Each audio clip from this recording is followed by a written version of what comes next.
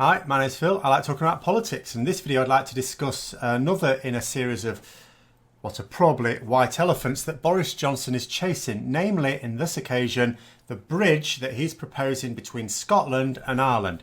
But first, if you'd like to see more of my videos, then please subscribe to the channel and click the bell notification icon. So, Boris Johnson has been banging on about a bridge between Scotland and Northern Ireland for a few months now. The idea is not ludicrous, and I'm very much in favour of the UK pushing boundaries when it comes to modern engineering. I'd absolutely love to recreate the times of Isambard Kingdom Brunel.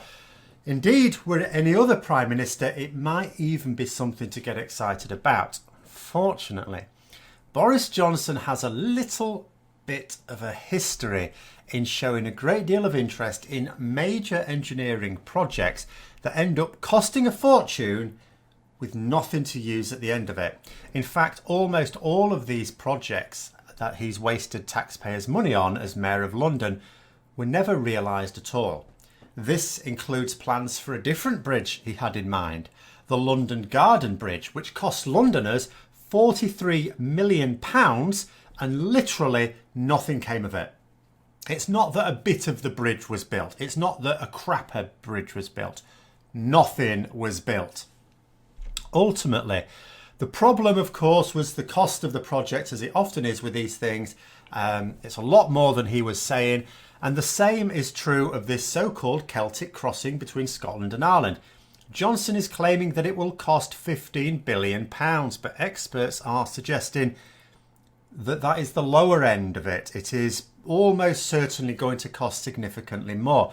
And given that people have already warned that Boris Johnson's spending plans have no margin for error in them at all, the result of going ahead with a project that is clearly going to run over budget will probably end up just like the Garden Bridge. Non-existent apart from the tens of millions that will already have been paid to people for the work done before a single foundation is laid.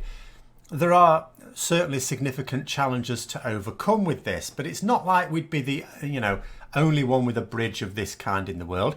It wouldn't even be the largest. So the engineering ability probably exists. By all accounts, the main challenge is not so much the length. The main proposal, there are several proposals, but the proposal that seems to have the most traction is a 26-mile length that would actually make it a very useful bridge from the point of view of exports and imports. It's not the length of it that is the issue, according to engineers, but the depth of the waters over which it would need to span. So in some parts, it's much deeper than for any other similar bridge that exists in the world right now. So there are aspects of the project that would be unique, and where you have new engineering problems to solve, you potentially have some evaluation and redesigning to do on the job as you build it. Modelling only does so much with the limited amount of data that will be available before you've actually built something like this at those depths. And that, of course, would inevitably increase the costs of this project. Funding the project based on everything going right is something only someone with no engineering know-how at all would ever do. But it is exactly the sort of thing Boris Johnson does. Economists have noted that Boris Johnson's spending plans assume that nothing will go wrong, that everything will cost exactly what it's been. He's always taken the lower end of costing projections. So any little thing that ever goes over and his spending plans are in trouble, and this will be no different at all. The bridge itself would be a great idea. It would be an absolute boon for the economies of Scotland and Northern Ireland. In fact, it would be good at any time, but especially at a time when Northern Ireland and Scotland are about to have their economies shafted by Middle England. In fact, I can almost imagine Scottish nationalists and Irish Republicans thinking, can we just wait for Boris to build this bridge and then leave the UK? We've got our bridge then. But I'm afraid to say that although it can't be dismissed out of hand, I really don't see this project ever being more than a model in someone's office. Boris Johnson has just done this so many times before. And what has there ever been to show for his support on these engineering marvels? A useless cable car over the River Thames, which is nothing more than a tourist attraction. It's an inefficient way to travel. And so it's a way that people don't choose to travel.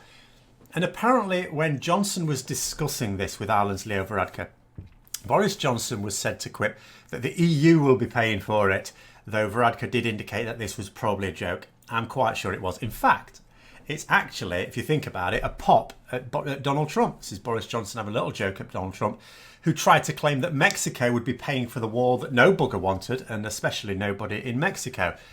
But Leo Varadkar did make it clear that Ireland would certainly not be paying anything towards the project. The costs would be entirely down to the UK to stump up and then try and recoup through toll charges once the bridge is built.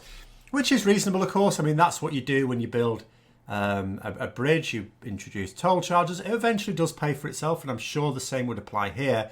The problem is we're in a situation at the moment where our economy is on its arse. Can we even afford the upfront before, and who knows how long it will take to get the money back, 10, 15, 20 years from toll charges. So yeah, I think the message from Varadkar is pay for your own bridge, Boris. But for now, I think I'm going to have to put this one down to what is a good idea that an effective government could absolutely realise, but not an aging man-child who gets really excited about things and then forgets all about it as soon as he sees a butterfly. So I hope you found the video interesting. If you did, don't forget to click the like button. And if you'd like to support the channel further, then please click the Patreon link for details. And until next time, I'll see you later.